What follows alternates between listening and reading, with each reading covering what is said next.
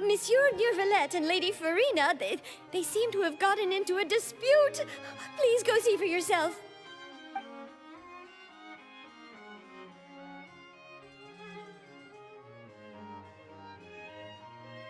Like I said, I've already explained everything. And yet the problem has not been properly solved. There is little space for excuses between us. It is not my intention to offend you, but please, tell me where you stand. You are the Hydro Archon Focalor, are you not? Look at this. This is a list of the victims from the recent Poisson incident.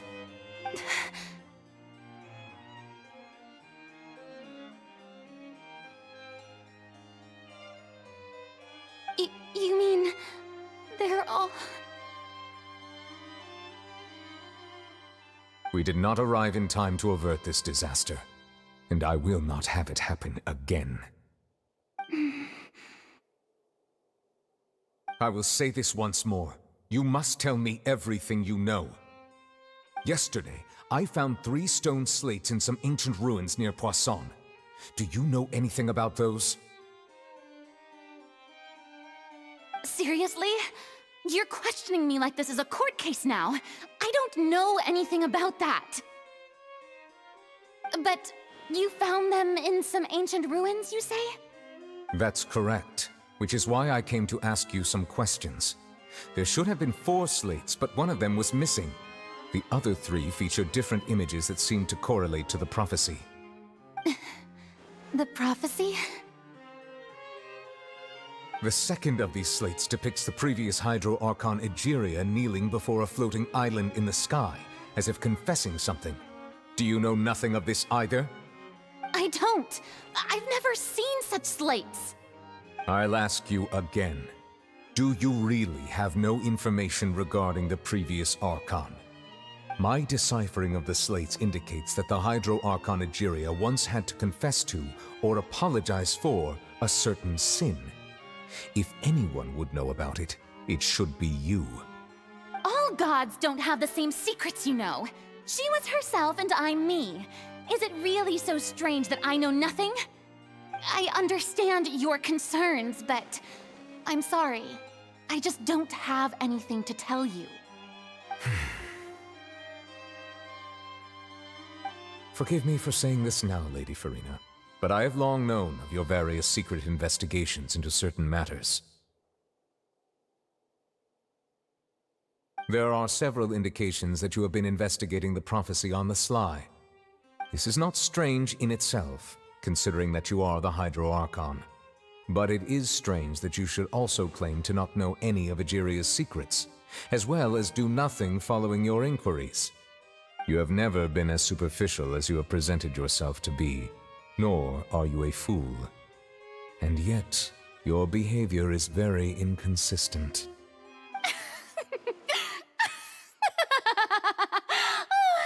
So you've been watching me all this time, have you? I didn't think you were that type. You...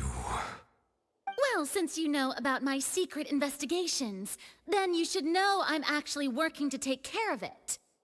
There's no point questioning or suspecting me. You're the Eudix, but you're still my subordinate. You should be following my lead. Just trust in me, you're Archon, and do as I say. Never mind whether you can truly convince yourself to or not. It'll all turn out fine. That's all I have to say. We do not discuss this matter again. Oh, the opera's about to start. Toodles!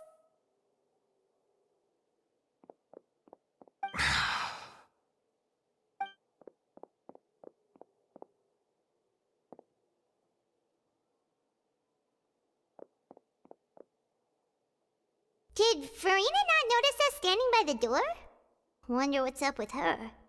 She was smiling. Huh. She didn't seem in the mood to care if we were listening in or not. I assume you've been outside for a while now? Oh! You noticed! Seems Farina didn't even realize we were here. She was in a great panic, though I cannot discern the reason. Our discussion reached impasses time and again, a state of affairs that we cannot allow to continue. Still, I do not understand. Dialogue is the basis for understanding, so why did she keep refusing to engage?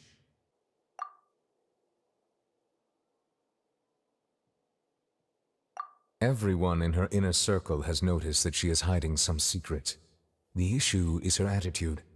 I fear that she will not reveal anything unless absolutely forced to. We may have to create a situation in which she will have no choice but to speak. Oh? Like what? Normally, people will only reveal the truth when standing trial. Perhaps we must have the Hydro Archon experience just such a scenario. But Farina's seen so many trials, and she's really good at dodging questions. How do we make sure that she won't just slip away at the first chance she gets? We will need to consider this thoroughly, join forces with various parties, and then do what we can. If at all possible, I would prefer to recuse myself from this affair, but we must prevent the prophecy from coming to pass. This may be cruel to her, but all Fontaine is in crisis. The information a god possesses is too precious, and so we must take a chance on this.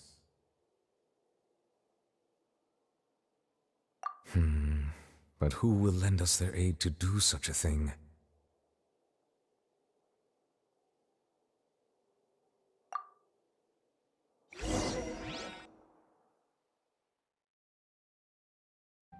Well, that's everyone, huh? Speaking of which, it was pretty smart of you to think of hiding here. Poisson was just involved in a disaster, so it's presently devoid of people. That naturally makes it the best choice. And here you are drinking tea like it's the most natural thing in the world, huh? That's what family should do. Sit and enjoy a leisurely time together. It's nice to enjoy tea here, you know? Care for a cup? Lend me your ears, everyone. Or perhaps one of you might like to start us off. How about you, friend? Me? No, I don't think I can. Then, how about you, good sir? I fear that I will cause the mood on this boat to become as somber as it is in court. Well then, I guess we're lucky we've got a local like me to organize things. Wonderful, the spotlight at last. I guess I'll be facilitating things from here. That was a little long-winded, don't you think? Oh, you might be right. Anyway, to cut to the chase, our friend here, the Traveler, has brought us together to discuss something. As for what that is, well, let's start by saying that we'll be pooling our efforts together to create a series of traps. Oh, how intriguing. Well, it's just an expression, really. One that I just learned from Chlorand, and used on the spot.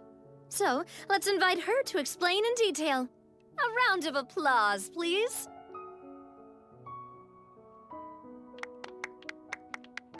Huh? Didn't you say that you would be facilitating this?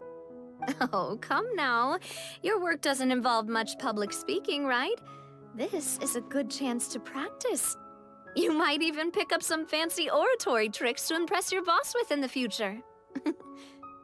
I see. And what does my boss say? He is glad that you consider him your boss. Do go on.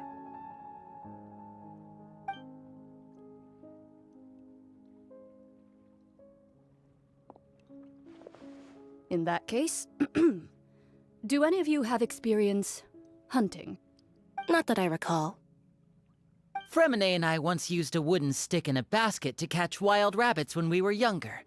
As for Lynette, oh, right. You were sick that day, weren't you? I've also gone diving to catch some fish before. Does that count? I'm afraid not. You may or may not have heard, but Fontaine once played host to a group known as the Marechaussee Hunters. Though that was their name, they did not hunt animals, but rather various monsters left behind by the ancient dynasty of King Remus. Today, Fontaine's monster population has already thinned greatly, so the hunters have blended back into society, taking up arms in other lines of work. They even left a unique methodology of hunting in their wake. A trap comprises of the following components: bait, a trigger, and a containment device. Sometimes a lethal implement will also be necessary to deal with the prey. So, if we were to build a trap together, right now, what would you choose to build it with? For me, I would prefer something basket-shaped. Pigeons and rabbits will see the bait and naturally enter the snare. Our line of work requires a deft hand, and we're some of the best in the industry, so you can count on our techniques. You used some of those techniques while moving the people of Poisson, didn't you? My subordinates mentioned that you even performed some magic for the bawling children. Yes, and I even managed to gather some intelligence in the meantime. I'm quite the multitasker if I do say so myself. I'm afraid I can't claim that as my strong suit. I prefer more stable methods, like placing bait in the water and waiting for the fish to come within reach. That's the kind of method I would count on. Calm and steady. Exactly the kind of person who would catch loads of fish. And I can be their assistant. With discretion, I'm sure. I'd probably use some sort of mechanical animal. Papa once bought me some small clockwork squirrels, mice, and such. When placed in the forest, they can attract others of their kind. I remember that you liked those too, didn't you? I did. And that would be a good way to go about it. If they're realistic enough, animals of the same kind will follow them all the way to the trap. What about you, Monsieur Neuvillette? I fear I do not have any related experience. That makes sense. You usually solve problems directly, without the use of any such tricks. But I do have one more question for you, Monsieur. If we were to create a trap now, how would you design it? I would like for it to be effective, but bring no harm to the prey. A more gentle trap would be ideal. Kind, as always. However, our intention doesn't necessarily change the containment device and the type of implement we need. If we wanted to kill the prey in one strike, we would need a powerful implement. However, that also goes for prey that must be captured and safely contained. Wait, why's that? Only a hunter who's a true expert at subduing their prey can snare it without harming it. The line that divides life and death is often exceedingly thin. So are we going hunting together? Huh. We hadn't thought of seeing ourselves as hunters. It kinda works, but maybe it's still not the best metaphor. If our means of capturing and dealing with our prey is to put them on trial, then the hunting metaphor is actually quite accurate. But we shall require much more courage than any hunter to judge a god, a being whose seat is an exalted throne. Oh, so that's what's going on. Sounds very interesting.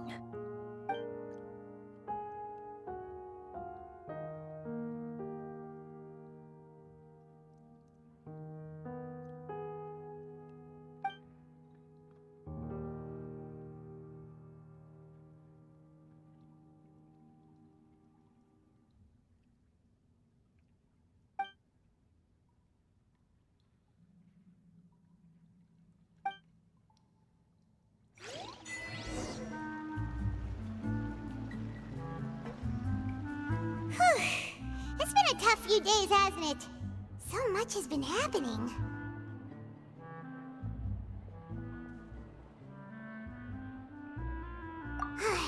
Paimon didn't think the meetings would go on for so long, but everyone seemed pretty fired up, huh? Paimon thought they'd be at least a little frightened. Well, Fremine was, now that Paimon thinks about it, but everyone else just looked a little surprised.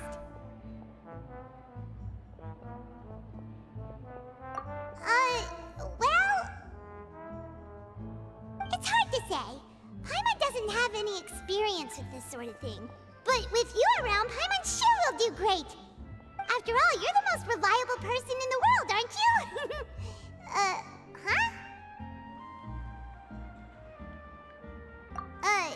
Did you just pour some tea? Paimon didn't notice you doing that at all. Then what's that? Paimon's never seen that cup before. Don't be frightened. I'm just joining you two for tea. I merely refrained from saying anything till now. Who's that voice? But there's no one here. Ah, have you forgotten me already? Wait, you are familiar. You're the voice we heard from the sky in Sumeru. The voice from the sky, I fear that description is wrong. Though, not completely wrong. You're feeling lost now, just as you were feeling previously. I sensed that confusion and thus came to you. Guiding people is an irresistible hobby of mine, after all.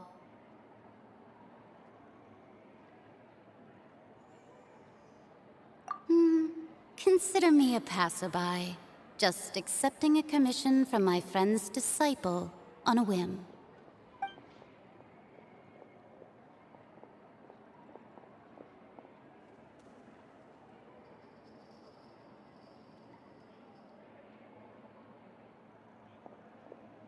The prophecy. Yes, what has been prophesied will be fulfilled. You may view such things as the history of the future. What? Then is there any way we can stop it? I believe you have witnessed a failed attempt with your own eyes. Can everything in Teyvat so easily be changed?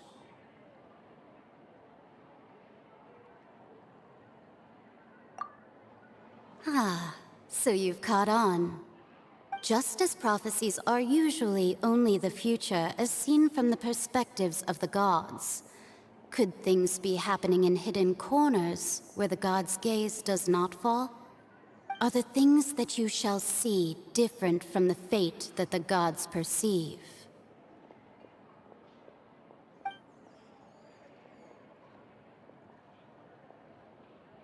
What is she talking about? It all sounds really impressive and important and stuff, but it also sounds kind of scary.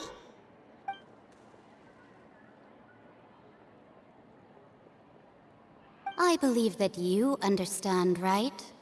Some things are insignificant, but others you must reach out to change. Ultimately, fate shall serve as your only guide, no matter what will happen in Teyvat's future. All you need to do is to play your part. This was good tea, by the way. Thank you for your hospitality. Well, that'll be all for today. The voice. It's gone. What?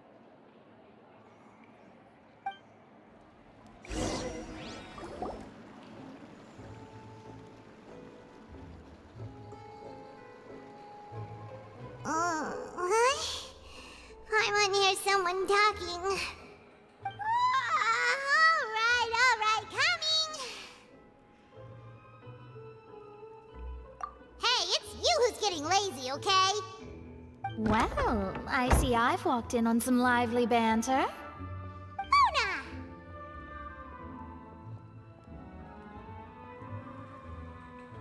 Fine, just fine. I went to take part in that Steambird panel. It turned out to be more interesting than I expected. Not all Fontanians are pessimistic about this. One journalist mentioned that sitting around and waiting for the end to come would be wrong, and that they should make their own rescue preparations. I agreed, so we had a brief chat with her. Did she have pink hair by any chance? Why, yes! It was Charlotte. You remember her, right? That daredevil journalist? I'm in full support of her view. Prophecies are very important, but how can people allow their lives to be commandeered by just a few words?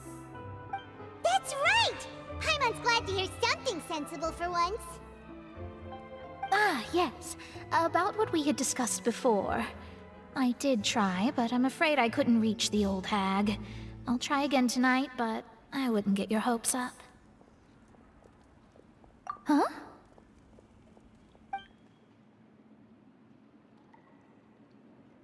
Goodness gracious. Are you serious?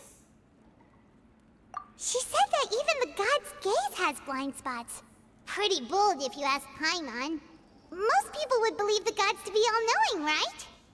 The Hexen Circle members are certainly anything but ordinary. As for the mage named N, the old hag has mentioned her a few times. She said that N's sense of direction is incredible, and that she loves guiding those who are lost. But I've never met her, and if she were still alive, she'd be... well, suffice it to say that the hag's at least a few hundred now, and N's been around for longer than that. Whoa. The Hexen Circle sounds like a scary group. But they must really stay in shape to live so long. Their abilities alone are pretty terrifying. If she came to see you personally, then the problem you're facing must truly be of great importance. Well, it's not like Paimon could understand anything she said. Yes, she was quite cryptic, but I suspect she means that there is still a way to turn things around. She didn't say when or what that would be, though, so... perhaps it is something that you cannot know right now.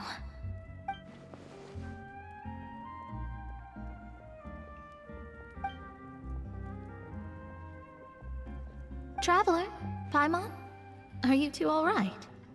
Oh, we're fine. We're just a little down right now. It kind of feels like the end is coming, you know? I see. I feel that same sense of desperation, too. I guess you could consider me someone who has often witnessed fate. So far as I have seen, it cannot be swayed. But even so, I still hope for, and believe in, miracles. Astrology is eternal and rational, but fate may not be. It is cruel, but it can also be beautiful. Perhaps that's what En was trying to tell you. Not to lose heart, and to believe that what you are seeing playing out before you is not yet set in stone. I did originally think of steering clear of all this, but I couldn't. Even if this is all futile, I still wish to help everyone. If we don't struggle to the last, then how can we face the end when it comes? Huh. You do have a point. There I go, talking about astrological principles again. Sorry about that. The moment I start talking about work-related stuff... I need to get going. It was worth trying to comfort you, even if only a little. I believe that you'll help those who are struggling in the same way I did. I suppose that might be why we always seem to meet by coincidence. Paimon feels kinda moved by what Mona said. But also kinda sad, too. Hey, Traveler. Paimon suddenly feels like going outside for a walk. Let's go. Let's walk around the city, shall we? There's a few spots we always like to walk by. Huh? Our names are written in this newspaper. What's going on? Let Paimon see! The underwater stronghold, the Fortress of Meripede, has continued in its noble autonomy, but that does not mean that others cannot interact with it. My recent attempts to enter the fortress bore little fruit. Huh. Guess Charlotte still hasn't given up on that. Thus, did an Outlander friend become the focus of this report, a blonde adventurer with their white fairy legends trailing in their wake. It is said that this mysterious traveler once visited the underwater fortress. So while the fortress's interior remains a mystery behind closed doors, do not fear, for the tales of the traveler contain surprises in spades. Journalist Charlotte's biggest scoop yet, the Traveler's Trail, World Walker. Huh. Charlotte took so many awesome photos of us and we never even noticed her. She hasn't been able to get a hold of anything at the fortress, so since we're easier to find, she's using us as the subject matter instead? Ugh, seriously? Well, fine. Those headlines and photos do look cool, so Paimon will forgive her this time.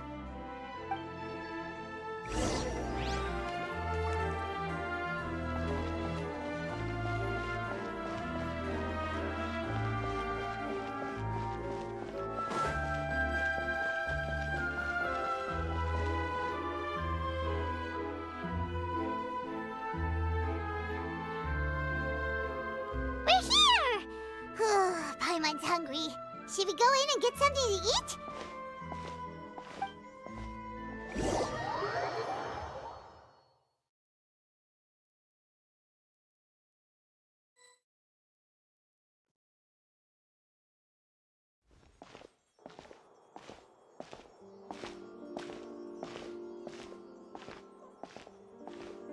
Hey, quick! Look! That's the limited edition, only 16 slices a day cake! It was so delicious the last time we tried it, despite the tense situation we were in. Let's give it another go. Paimon's sure it'll be great. 1 slice of cake, please. Someone showed up after all. Oh, wait, you're the one from the Palais Mermonia. Oh, are you here to buy cake too? It seems Monsieur Nervalette was right. You really can eat. Wait, did he really say something like that? That's right. Even he has his own preferences when it comes to food. As for me, I love the cake and coffee here. Do you come here often? Usually every day. Every day? It's part of my daily schedule, apart from work. I shall have my cake and coffee. Then what if someone told you one day that this place would be closing soon, and you wouldn't get to eat cake here anymore? What would you think? But why would it close? Well, Paimon doesn't know either, but maybe the waters will rise tomorrow. You know, like in the prophecy. Oh, the prophecy. To be honest, I haven't paid much attention to that. No, still, even if there'd be no more cake tomorrow, that wouldn't keep me from having some today. No, it's the same for eating in general. You might not be able to eat tomorrow, but if you can do so today, then you should carry on. That's what people call living, you know.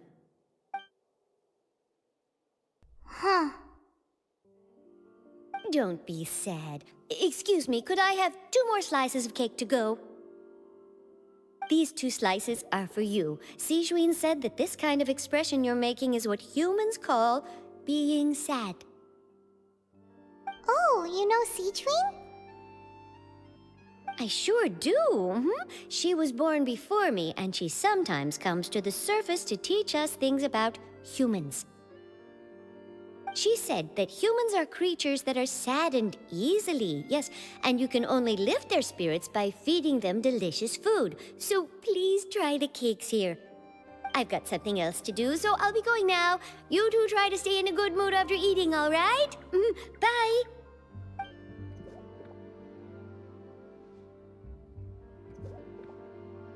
And there she goes. All right, let's dig in. Paimon's sure this cake will be delicious.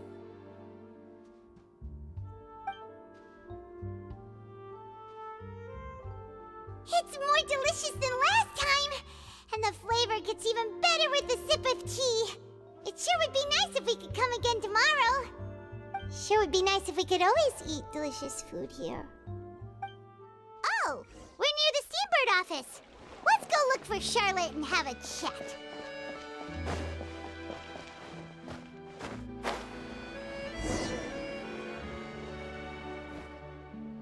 Wow!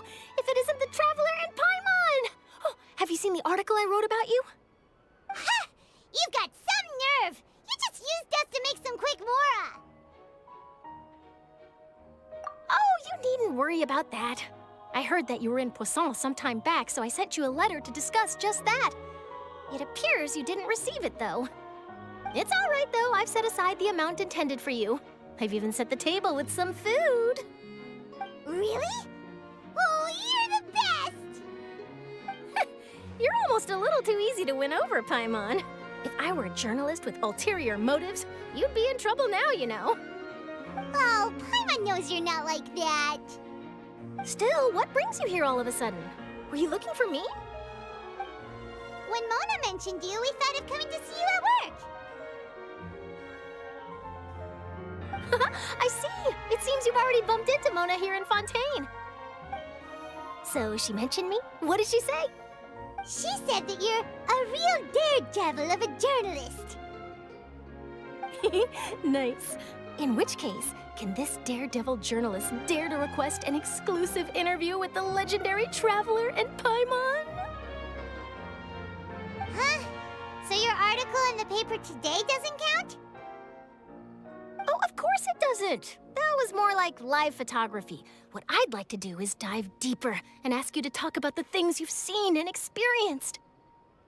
Yeah, are we even qualified enough? Why not? If I say you're worth an interview, then you're worth it. But not right now, of course. I'll need a few days to prepare.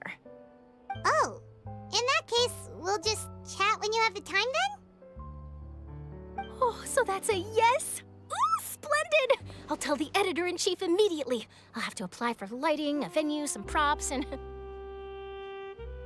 Whew, so much to get done now. Talk to you later. Wait, Charlotte, Paimon's still got a question for you. And what's that? If, just for example, Fontaine were to be flooded tomorrow, what would you do today? Huh, that's the prophecy you're talking about, isn't it? I mean, I do hear about it often, but I've never once thought that the day could be tomorrow. If you're seriously asking, then I might try and think of a way to leave Fontaine. Oh, but I'm still a journalist first and foremost. That means I have a duty to be reporting from the scene. And secondly, I wouldn't forsake my homeland that easily. From what I've seen, most people don't know what they'd do should the worst come to pass. In truth, it might be better just to behave like normal rather than worry over such an end. So in all likelihood, I'd probably still be prepping at the office for that interview of ours. I know what you're thinking. That sounds a bit sad, but I've always believed that it's best to do what you enjoy. Just think about it. If this nation really were to be suddenly destroyed tomorrow, but I still successfully finish an exclusive interview with a truly unique person, then the story I would wind up writing would truly be timeless. And then do you know what I'd do? Well, I'd write that story, send it for printing, and use messenger pigeons to get copies out to the various nations as soon as possible. I'm not a dreamer, nor am I a workaholic, but I do love my job, and I'd be proud of leaving such an article behind. I guess you could say that I was born to be a journalist. But anyway, that's my answer. And on that note, I'll get back to my preparations. That's so nice. All of a sudden, Paimon actually kinda envies her. Anyway, let's go and take a look at the sea, shall we? The sea breeze and scenery can be a pretty soothing combo, huh? Paimon's been thinking. If it wasn't Fontaine, but all of Tevat that would be destroyed tomorrow, where would we go and what would we do? No, Paimon should ask, if you could choose, what would you like to do?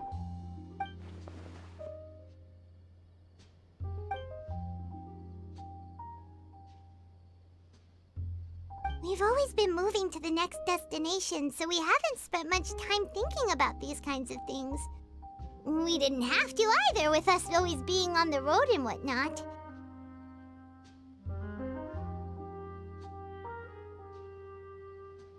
You mean, still traveling?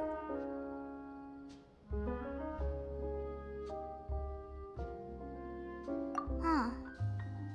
Wait, isn't that what we've always been doing?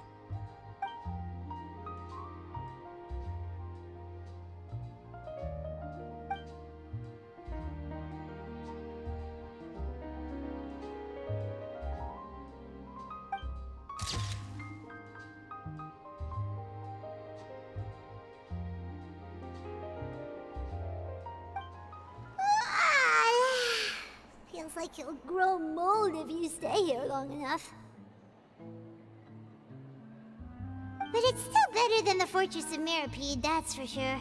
It's not only damp there, but salty too. Ah, so the two of you are still here. Wonderful. Oh, you're from the Palais Mermonia, aren't you? Yes, I'm Isadora. Monsieur Nervillet sent me to look for you two before. I heard that afterward you went to the Fortress of Meropide. Not at all. I'm well aware that you're friends of his.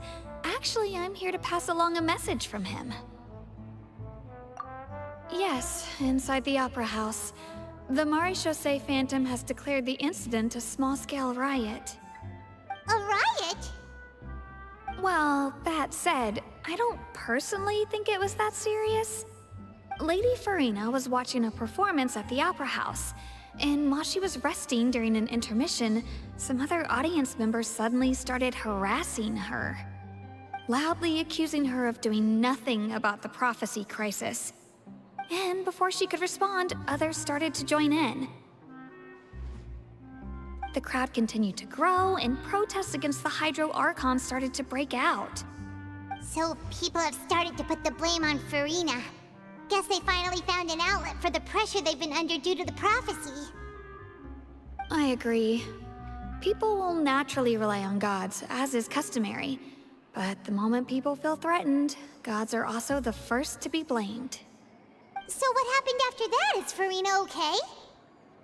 Seeing that the situation was spiraling out of control and that further argument was pointless, she claimed that she'd gotten tired of this and left in a hurry. The Maréchaussée Phantom had their hands full maintaining order and did not catch where Lady Farina had gone. Only when things had stabilized did we realize that she had gone missing. So, you mean she's still missing? That's right. The Maréchaussée has dispatched many people to search for her, but we don't have any leads yet. That said, I don't think there's much to worry about. She is a god after all. Even if she were to fall into the hands of rioters, what could ordinary people do to her? Good. Monsieur Nervillet sent me to tell you about the situation, but he didn't say anything else. Don't worry, this is more than enough to go on. Thanks for keeping us informed. Ah, is that so? Well, all right then. In that case, you two take care. I'll be heading back to the Palais now.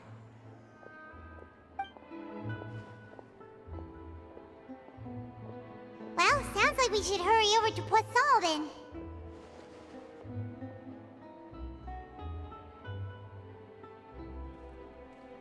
If we know Farina, she won't try to fix things in this situation. Instead, she'll look for a place to wait out the heat.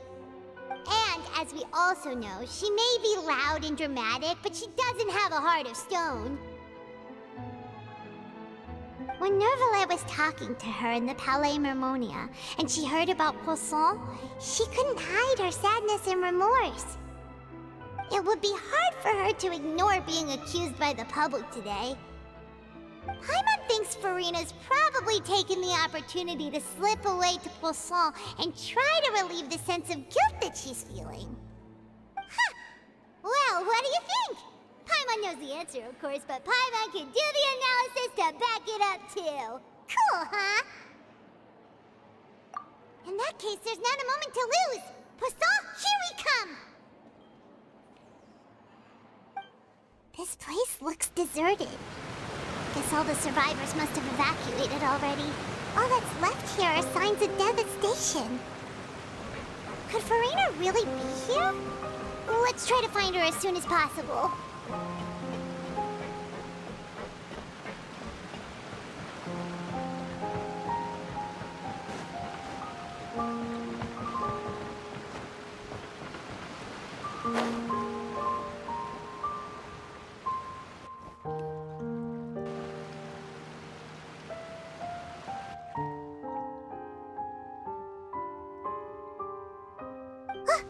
That's Farina, right over there!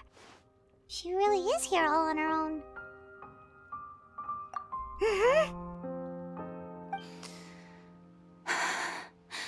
Should I just give up?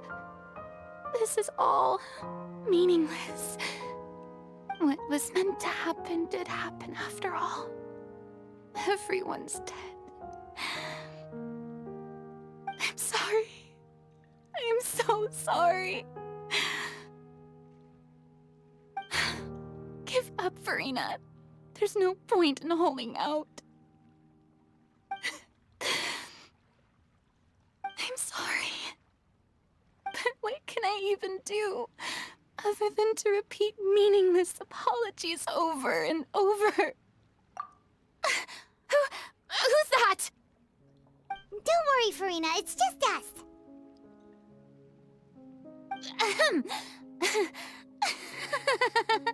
So it is you, blonde traveler from another land. Why, I almost thought you were someone from that mob of my ignorant subjects, come to kneel and beg for my forgiveness. Farina, you were crying just now, weren't you? The tear stains on your face are obvious. What do you mean, tear stains? Oh, I remember. The show at the Opera House earlier this morning was so moving. I'm still trying to process it. Who did that uncivilized rabble think they were, disturbing my enjoyment of the arts? They even dare to tout their Archon. I must teach them a lesson. I can just imagine their twisted and frustrated faces once they realize that I'm nowhere to be found. Oh, and I'm sure Nouvellette and those people from the Maréchaussée Phantom are freaking out right next to them, too.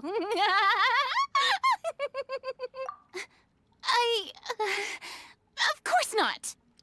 Hey, there she is! The Hydro Archon's over there! Quick, after her!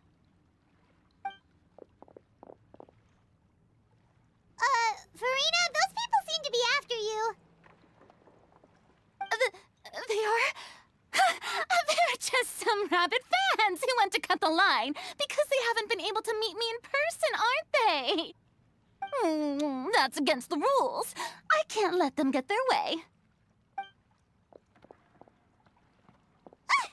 Farina just ran off! Quick, we have to catch up with her!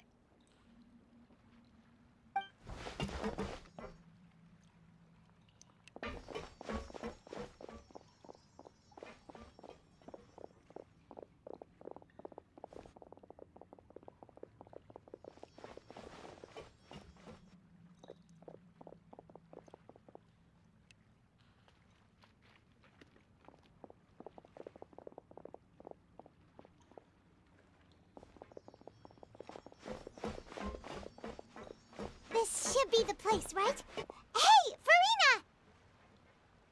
There's a good hiding spot over here. Quick, come to Paimon before the rest of them catch up to you. What is this place? Hurry, they're almost here. Fine. I suppose haste is warranted. Lead the way. Paimon's exhausted.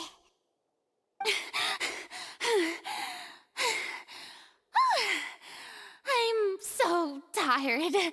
I totally thought they had caught me. No, I mean, I merely gave in to the sheer enthusiasm they displayed.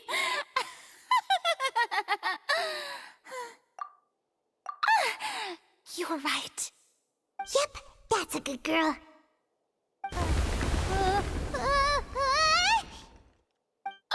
What's happening? The ground's shaking. Is it an earthquake? Yeah, a quake of this kind preceded the flooding in Poisson, didn't it? It can't be. It's happening again. Well, there's no need to worry too much about that. Nouvellette's made some emergency plans, so the evacuation should go a lot smoother this time. Yeah, I hope you're right. But the people of Poisson, they've already...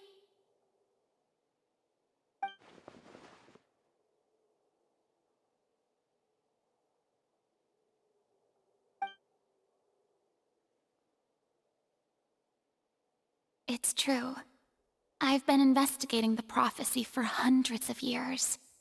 I once had informants all over Teyvat, searching for clues and feeding information back to me.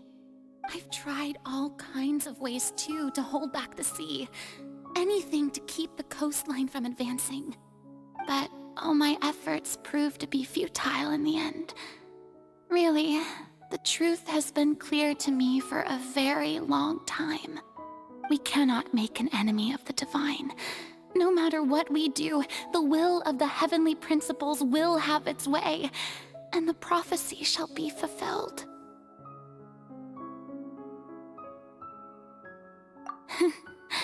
Give up. I do love the sound of that phrase.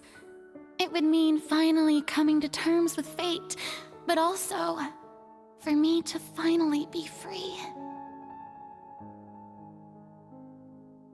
Indeed, I've thought about giving up so many times, especially after we almost lost Poisson. Fate is really unreasonable, isn't it? It has no heart and obeys no rules. The prophecy has only just started to come true, and so many people have already lost their lives. But just now, it all became clear to me. I still don't have the right to come to terms with fate on behalf of everyone else. As long as the final moment hasn't come, it's still not too late. Don't worry. I will keep hope alive for everyone until the very end. Well, that's enough for now. I got the impulse to play the stricken maiden, but honestly, considering my rank and station, that wasn't a good fit at all. Don't take any of what I just said seriously. How could I possibly let Fontaine fall to the whims of trivial prophecy? Come on! Paimon could have sworn you were actually being honest just now.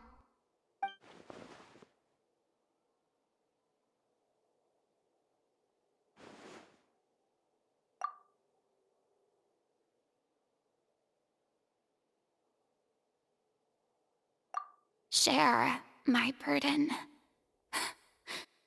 That's impossible. It was fated right from the start that this would be my duty alone.